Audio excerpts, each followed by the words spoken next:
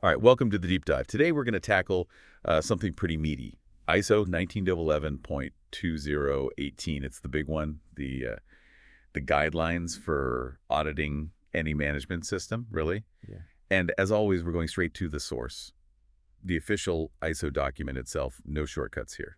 And the idea is to really get under the hood of these audits, strip away the jargon, We want to understand the core principles, the nuts and bolts of how it all works, no matter what kind of management system we're talking about. Exactly, yeah. And you shared this with us because, well, let's face it, you're looking for a deep understanding of how these audits tick. Maybe you're prepping for one of your own company, thinking about becoming an auditor yourself, or just, curious about how organizations make sure they're walking the walk, staying compliant, all that good stuff. So how about we jump in? And to help us navigate this intricate world, we've got our expert here. Thanks for having me. It's exciting to dive into this. This standard really is the foundation for how organizations prove they're doing what they claim to be doing. It's about accountability, transparency, and ultimately, continuous improvement. Absolutely. Okay, so first things first, let's go right to the source. ISO 19011, section 3.1, lays it out pretty clearly. What exactly is an audit, according to the standard?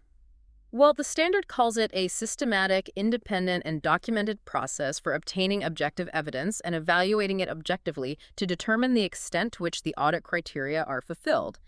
Sounds a bit formal, right? But basically, it means there's a structured way to do things, it relies on verifiable facts, and it's all about checking if specific requirements are being met. So there's a real method to the madness, so to speak. It's not just a casual drop-in.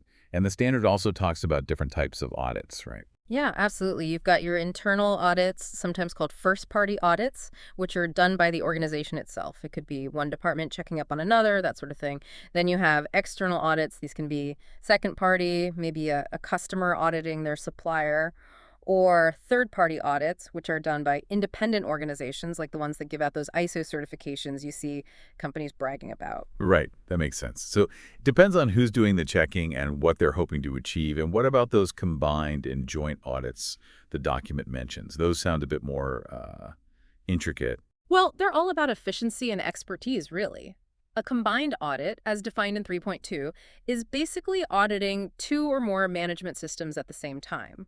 Let's say a company has a quality management system and an environmental management system. You can knock out both audits in one go. Saves time and resources. A joint audit, on the other hand, as per 3.3, is when two or more auditing organizations team up to audit one organization. This is helpful when you need very specialized knowledge that one auditing firm might not have. It's all about having the right people for the job. Makes sense. Combining where you can, specializing where you need to. Okay, so we've got the types of audits down. But why go through all this trouble in the first place? What's the point of auditing, according to Section 4, the principles of auditing? These principles are what make auditing a reliable and effective way to drive improvement. There are 7 of them. First off, you've got integrity. This is about being ethical, honest, impartial, and recognizing any biases that might influence your judgment. It's the foundation of a trustworthy audit. Integrity, yeah. Got to have that. What's the second principle? Fair presentation. This means reporting truthfully and accurately on what you find. You can't just highlight the good stuff. You have to be transparent about any challenges or disagreements between the audit team and the organization being audited. The report needs to give the complete picture, warts and all. No sugarcoating, just the facts. Makes sense. What's next? Due professional care. This one emphasizes diligence and sound judgment throughout the entire audit process. Auditors need to be aware of the weight of their task and apply their skills thoughtfully. Think of it like a doctor making a diagnosis. They need to use their expertise carefully, not just blindly follow a checklist. That's a great analogy. Okay, principle number 4. Confidentiality. Auditors have to be discreet with any information they gather. They can't use it for personal gain or share it in a way that could harm the organization being audited. Trust is key here. Right, you're often dealing with sensitive information. Principle number 5. Independence. This is about being as objective as possible. Now, the standard acknowledges that it's not always easy to be completely independent, especially in internal audits, but the aim is always to minimize bias. Even when you're auditing your own company, you have to try to step back and look at things with a critical eye. It's a mindset, isn't it? What's the 6th principle? Evidence-based approach. Audit conclusions have to be based on verifiable facts. Now, because of time constraints, this often involves sampling. You can't look at every single document, so you have to choose a representative sample. And the standard stresses how important it is to use the right sampling methods so that you can be confident in your findings. So it's not just picking a few things at random. There's a real science to it. And finally, the seventh principle. Risk-based approach. This is where things get really interesting. This principle states that you should focus on the areas that are most important for the organization and for meeting the objectives of the audit program. It's about directing your resources where they'll have the most impact. That makes sense. Focus on where the potential problems are. Now, we've talked a lot about individual audits, but often these are part of a bigger picture, something called an audit program, which Section 5 covers. What exactly is an audit program? Well, according to Section 3.4, it's a set of one or more audits that are planned for a specific time frame and have a specific purpose. Think of it like the overall strategy for your auditing activities. The strategic overview. So what's step one in setting up an audit program? Section 5.2 really emphasizes the importance of clear objectives. What are you trying to achieve with this audit program? Is it to identify areas for improvement, evaluate risk management, ensure regulatory compliance? These objectives should align with the organization's overall goals. Got to have that why. And just like individual audits, audit programs can have their own risks, right? Absolutely. Section 5.3 talks about identifying and assessing the risks and opportunities associated with the audit program itself. Risks could include things like poor planning, a shortage of qualified auditors, communication breakdowns, even a lack of cooperation from the areas being audited. But there are also opportunities, like combining audits to save resources or aligning the audit schedule with key business activities. It's about proactively managing the entire auditing process. Managing the management of audits. Now, who's usually in charge of all this? Section 5.4.1 outlines the key roles and responsibilities of the person or group managing the audit program. This includes defining the scope, coordinating the audits, ensuring auditor competence, allocating resources, and managing all the records. It's a pretty big job. Sounds like it. What kind of skills do they need to have? Section 5.4.2 is all about competence. They need a solid grasp of auditing principles, different management system standards, the organization's context, and any relevant regulations. Risk management and project management skills are also really helpful, and they need to keep their skills up to date, of course. So, a jack of all trades, but a master of auditing. When you're setting up an audit program, how do you decide how big it should be? Section 5.4.3 talks about determining the extent. It depends on a few things. The objectives of the program itself are a big factor, as is the complexity of the organization's activities and how many locations are involved. Past audit findings, stakeholder concerns, and any significant changes within the organization will also influence the scope. It's not a one-size-fits-all kind of thing. It has to be tailored, right? And of course, you need resources to actually run these programs, as mentioned in 5.4.4. What kind of resources are we talking about? The standard covers a wide range. You need money, of course, and time. You need qualified auditors and maybe some technical specialists. You have to factor in travel, accommodation, and other logistical costs. And then there's access to technology, audit tools, and documentation. It's a whole ecosystem. It's a whole shebang. So you've got the program planned out, you've got the resources lined up. How do you actually put it into action? How do you implement it, as Section 5.5 describes? Implementation is all about the day-to-day planning and coordination. This means defining the objectives, scope, and criteria for each individual audit. You also need to decide on the audit methods. Will it be on-site, remote, or a combination? And of course, you need to select competent auditors for each team. Each audit needs a leader, right? Someone to keep things on track. Absolutely. Section 5.5 talks about the importance of an audit team leader for every audit. They're the point person responsible for making sure everything runs smoothly. And then there's managing the results of the audit program as a whole, as covered in 5.5.6. This involves reviewing audit reports, deciding if any follow-up audits are needed, and making sure everything is properly documented. Record keeping is key. Lots of moving parts, lots of documentation. And you don't just set up the program and forget about it, do you? You need to keep an eye on things. Right, you need to monitor it.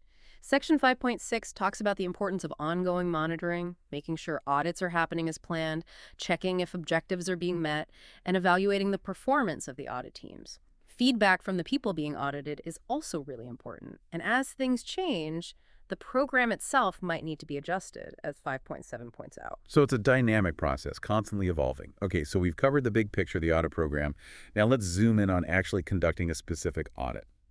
Section 6 walks us through that process. Where do you even begin? It starts with establishing contact with the auditee, which is covered in Section 6.2.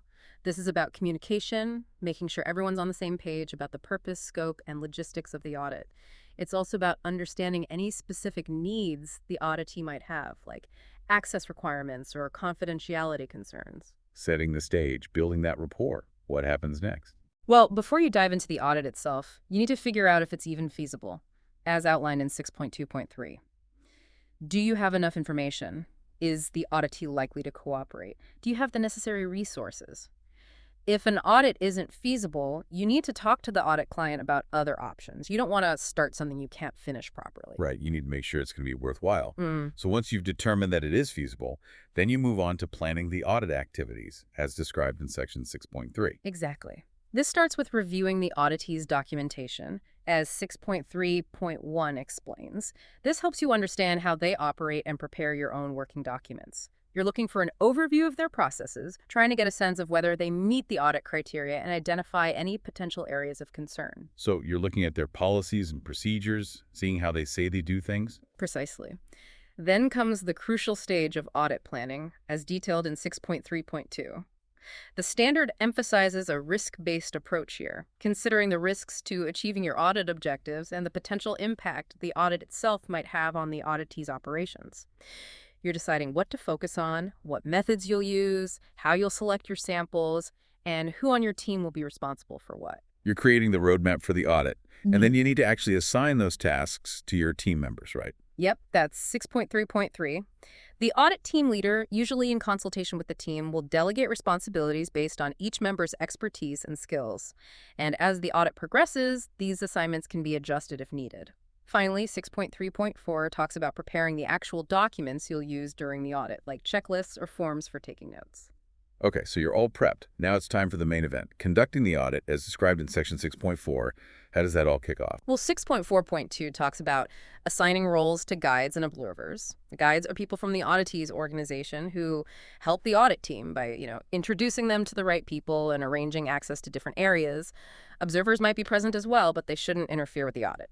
Then you have the opening meeting, as per 6.4.3. This is where you officially present the audit plan, introduce the team, and confirm everything with the auditee's management. It's all about setting expectations and making sure everyone's on the same page. So you lay the groundwork, and then the real information gathering begins. Right. Section 6.4.4 highlights how important communication is throughout the audit, both within the team and with the auditee. And if any significant risks pop up, they need to be reported quickly. Section 6.4.5 is all about ensuring access to information, whether it's physical documents or digital records. And 6.4.6 reminds us that reviewing documents is an ongoing process throughout the audit. So you're constantly gathering and evaluating information, and it's crucial that this information is accurate and reliable, right? Yeah, absolutely. Section 6.4.7 focuses on collecting and verifying information. The standard emphasizes objective evidence and proper sampling techniques. Then, in 6.4.8, you start to develop audit findings, noting where things are compliant and where they're not, and discussing these with the auditee. The goal is to reach audit conclusions, as covered in 6.4.9, based on the evidence and the initial objectives. You move from data to issues to overall conclusions about how the management system is performing, and then, of course, you have to communicate those findings. Exactly. Section 6.4.10 covers the closing meeting, where the team leader presents the findings and conclusions to the auditee's management. This is also where you talk about any follow-up actions that might be needed. After the meeting, 6.5 lays out the process for preparing and distributing the formal audit report, which has to be clear, accurate, and complete. The official record of the audit. Yeah. And then it's over, right? The audit is officially complete. Well, 6.6 says it's complete when all the planned activities are done or if there's another agreement in place. There's also some important stuff about keeping records confidential and maintaining audit documentation. And finally, 6.7 mentions audit follow-up, which is really important for checking if any corrective actions taken by the auditee are actually effective. So the audit isn't just a one-time thing. It can lead to ongoing improvements, and those need to be verified. It's a cycle of assessment and improvement. Now, we spent a lot of time on the process, but obviously the people doing the auditing are incredibly important. Section 7 is all about auditor competence and evaluation.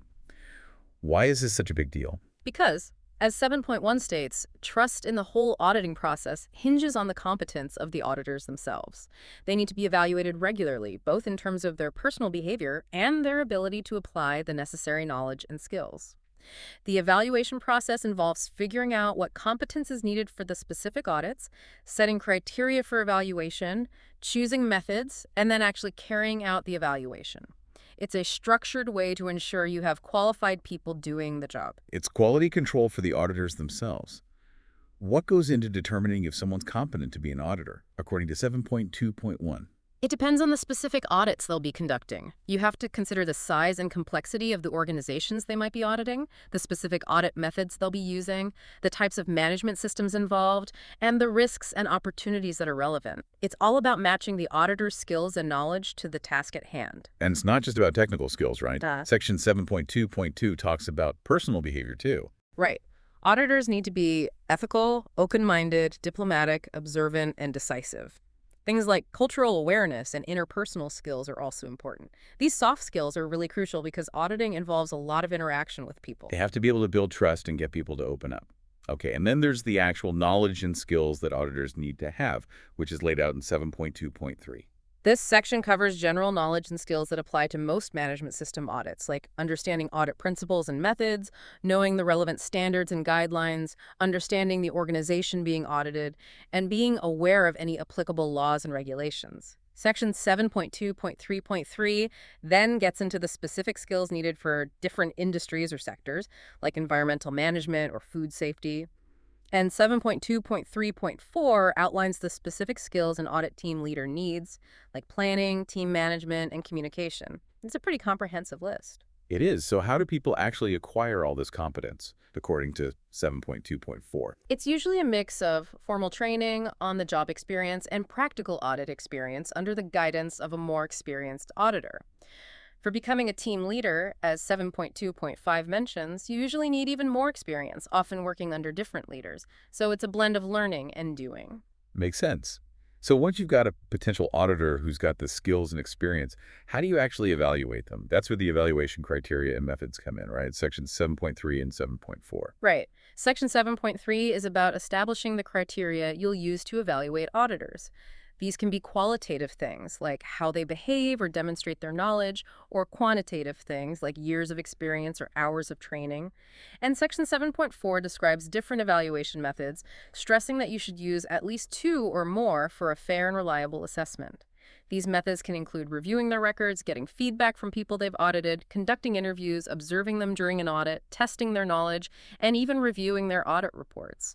Table 2 in the standard gives a nice overview of all these methods. So you take a multifaceted approach, and then you conduct the evaluation according to 7.5. If someone doesn't meet the criteria, they need to work on improving, right? And it doesn't stop. The maintaining and improving competence is an ongoing process, as Section 7.6 emphasizes. Absolutely. Auditors need to keep developing their skills through professional development activities and by regularly participating in audits. This could involve more training, self-study, attending industry events, that sort of thing. And the people managing the audit program are responsible for making sure this happens. It's a continuous cycle of learning and improvement. Auditing is a profession, not just a task. Now, before we wrap up, I want to touch on Annex A, which provides some additional guidance on planning and conducting audits. While it's not mandatory, are there any key takeaways that our listeners should know about? Annex A is a treasure trove of helpful details. For example, 8.1 offers more insights into different audit methods, particularly the difference between on-site and remote audits, which is becoming increasingly relevant. It also discusses the process approach to auditing, the importance of professional judgment, focusing on results, and how to properly verify information. Remote audits are definitely on the rise, so that guidance is timely. Anything else in Annex A that stands out to you? Yeah, 8.6 goes into detail about audit sampling, both judgment-based and statistical approaches.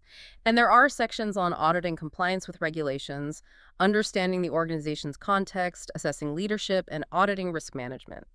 There's even guidance on taking a life cycle perspective, auditing the supply chain, preparing audit working documents, choosing the right information sources, what to consider when visiting an auditee's location, and how to effectively audit virtual activities and conduct interviews. Finally, 8.1 provides more specifics on determining and documenting audit findings. It's a really useful resource for anyone involved in auditing. Annex A really fleshes things out. So what does all this mean for you, the listener? Well, understanding these guidelines gives you a valuable peek behind the curtain of how organizations are assessed and how they work towards continuous improvement. It demystifies the audit process, whether you're facing an audit, considering a career in auditing, or just want to understand how organizations ensure quality and compliance. And all of this leads to a really interesting question.